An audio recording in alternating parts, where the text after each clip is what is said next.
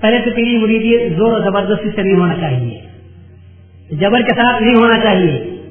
دل آمادہ ہو اور کچھ حاصل کرنے کا خیال ہو تو ہونا چاہیے.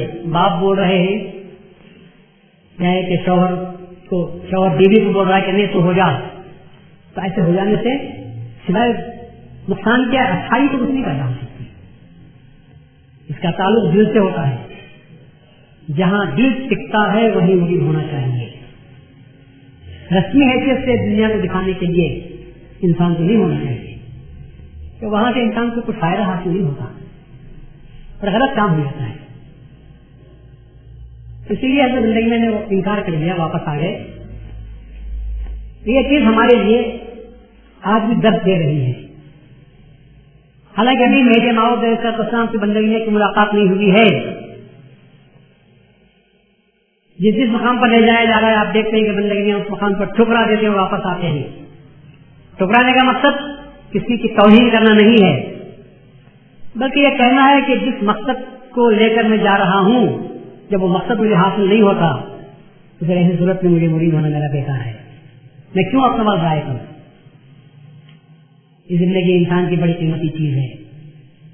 وقت کو غنیمت جانوں, جو چلا گیا وہ چلا گیا. کل کیا ہونے والا ہے ہم کوئی نہیں جانتے. قیمتی جو چیز ہے وہ حال کی ہے, اب کی ہے. کل کی بات مت سوچو, اور جو کل جا چکی ہے اس پر تبصرہ کرنا بھی بیکار ہے. آج جو ہے وہ میرا ہے. جو آج کا لمحہ ہے وہ میرا ہے. میں اسی لمحے کو اجاگر کرنا ہے, فیصلہ کرنا ہے مجھے صحیح طور پر. تو یاد رکھو یہ دنیا یوں ہی چلتی رہے گی, اور یہ دنیا کسی کے ناکام آئی ہے نہ آپ کے کام آ سکتی ہے. ایک لمحے میں اگر آپ نے ٹھوکر کھائی ہے تو اس کا نتیجہ صدیوں تک آپ کو بھگتنا پڑے گا. اس لیے وقت ہے, اور ہر انسان کو چاہیے کہ وہ آج اپنے آپ میں اچھے بننے کا فیصلہ کرے, غلط رنگ کو ٹکرا دے, برائیوں سے باز آ جائے, صحیح راستے پر چلے. اور خود صحیح راستے پر چلنا ہی کافی نہیں ہے, بلکہ جن تک ہمارا اختیار ہے ان کو بھی صحیح راستے پر چلانا چاہیے. خود صالح ہو گئے تو خدا کے پاس تو بچ نہیں سکتے, اس کے ساتھ مصلح بھی ہونا ہے. ہمارے اپنے دائرے اختیار میں جتنے ہیں, مرشد ہے تو مریدوں کے حد تک, باپ ہے تو بچوں کے حد تک, شوہر ہے تو بیوی کے حد تک, اگر آپ کا خود چل سکتا ہے تو اپنے دوست احباب کے حد تک, جہاں تک آپ کو اختیار ہے. استاد ہے تو شاگردوں کے حد تک, وہ تو اپنے پیغام کو پہنچا سکتا ہے, نیکی کے راستے پر لوگوں کو لا سکتا ہے, نیکی بتا سکتا ہے, اور برائیوں سے بچانے کی کوشش اپنے حد تک آپ کر سکتے ہیں. کم از کم اتنا تو ہوگا کہ سب تم جو کام کرتے ہو میں اس سے بری ہوں. حضرت ابراہیم علیہ السلام نے تو وہی کہا تھا, سمجھایا قوم کو, ماں باپ کو, رشتے داروں کو, دوستوں کو, پڑوسیوں کو کہ سب یہ جن بتوں کی تم پوجا کر رہے ہو یہ غلط کام ہے, اس سے تم رکنا چاہیے. تو سب جب کمر کس کر تیار ہو گئے کہ نہیں ہم تیری بات نہیں مانیں گے, تو اس وقت میں ابراہیم علیہ السلام نے جو کام کیا اتنا کام بھی ہم کر سکتے ہیں. انی بری مما تشرکون, جو کہنا تھا تو کہا, جب تم نہیں مانتے اے اللہ تو گواہ رہنا ان کے شرک سے میں بری ہوں. اپنے آپ کو بڑا ظاہر کر لو, آپ کہہ دو کہ ہم بری ہیں اسلام سے. کم از کم اتنی بات کرے تو ایسا ہو سکتا ہے. اس کا ساتھ مت دو, خوش مت ہو کہ ٹھیک ہے سب تمہارے ساتھ ہم ہیں, ایسا مت بولو. صحیح راستہ بات, انسان کو ہمیشہ صحیح راستہ چلنا بھی چاہیے اور دوسروں کو بھی چلانے کی کوشش کرنا چاہیے. استدار حاکمانہ طریقے پر تو چلا نہیں سکتے آج کے دور میں. حکیمانہ انداز میں تو بات کر سکتے ہیں, حاکم تو نہیں ہم کسی کے, لیکن حکمت کے انداز میں بات کو پیش کر سکتے ہیں. اور حکمت کے انداز میں پیش کی جانے والی بات لوگوں کے لیے قابل قبول ہوتی ہے. تو اس لیے یہ دوسرا مرحلہ تھا بندگی اللہ عنہ کا کہ آپ نے مسجد کو ٹھکرا دیا, اور آ کر آپ نے اعلان کر دیا وہ جو مہدی موعود علیہ السلام جو فرمانے والے تھے، اور شاید اللہ کی مرضی یہی تھی، آزمائش کی بندگی میں تھی کہ دیکھے کہ کیا ایسے ویسوں سے آپ مرود ہوتے ہیں. لیکن زندگیاں نے خدا کو دیکھنے پر دل کے پاس موجود تھی جب انہوں نے ان جھوٹے باتوں کو، نظاروں کو ختم کر دیا، انکار کر دیا، اور ایک ہی منظر دیکھتے کہ آپ کی تلاش تھی، اور وہ منظر تھا کہ مجھے ایسا مرشد ملنا چاہیے کہ میرا ہاتھ پکڑ کر اللہ تعالیٰ سے ملا دے. خدا سے دعا کرتا ہوں کہ باری تعالیٰ ہم سب کو صحیح نیک اور اچھے راستے پر چلا اور توفیق بھی دے کہ ہم دوسروں تک اچھائیوں کو پھیلا سکیں، برائیوں سے بچا، برے راستوں سے، بری صحبتوں سے، برے دوستوں سے ہم کو بچا، اور غلط رسوم اور رواج سے ہم کو بچا دے. جتنے آج سماج میں غلط رسوم و رواج ہیں، میرے نوجوان اکٹھا ہو جائیں ایک جگہ پر اور طے کریں کہ نہیں ہم سماج کو پاک کریں گے. غلط رسوم و رواج اجماع پر مشاہدین پر بھروسہ کرنا بیکار ہے. ہم اپنے دل میں طے کر لیں تو آج اچھائی پیدا ہو سکتی ہے. ہر نوجوان اگر تیار ہو جائے کہ میں اچھا بنوں گا، میں مہدوی بنوں گا، میں نمونے کا مہدوی بنوں گا، جہاں تک ہو سکے میں برائی کو ترک کروں گا اور اچھائی کا ساتھ دوں گا. ہر شخص اپنے من میں اگر یہ بات لے کر اٹھے تو اللہ تعالیٰ توفیق دینے والا ہے، بشرطے کہ آپ بیج بو تو اللہ تعالیٰ بارش برساتا ہے. سجی ماں بچے کو اس وقت تک دودھ نہیں دیتی جب تک کہ بچہ روتا نہیں. بچہ اپنا پیٹ کا بچہ ہے اور دودھ اسی کے لیے رکھی ہے، وہ دینے کے لیے ہی. لیکن جو بچہ روتا نہیں تو نہیں پلاتی، اور بچہ جب روتا ہے تو ماسٹر سے فوارے نکل پڑتے ہیں، کلیجے سے لگا کر پلاتی ہے. جب فقط اس نے پیدا نہیں کیا، جنا ہے، اسے اتنی محبت رکھنے کے باوجود وہ چاہتی ہے کہ بچہ روئے تو میں پلاؤں. اللہ بھی یہ چاہتا ہے کہ تم بھی رو تو میں برسا لیجیے تم بھی ذرا رو دو، میں بارش برسانے کے لیے تیار ہوں، میں ذرا رو، ذرا کوشش کرو. اللہ ہمارے آنکھوں میں آنسو عطا فرما، حالت دار پر رونے کی توفیق عطا فرما، اور اس کے بعد تو رحمت کی بارش برساتے ہوئے ہماری زندگی کے چمن کو سرسبز نشانات فرما.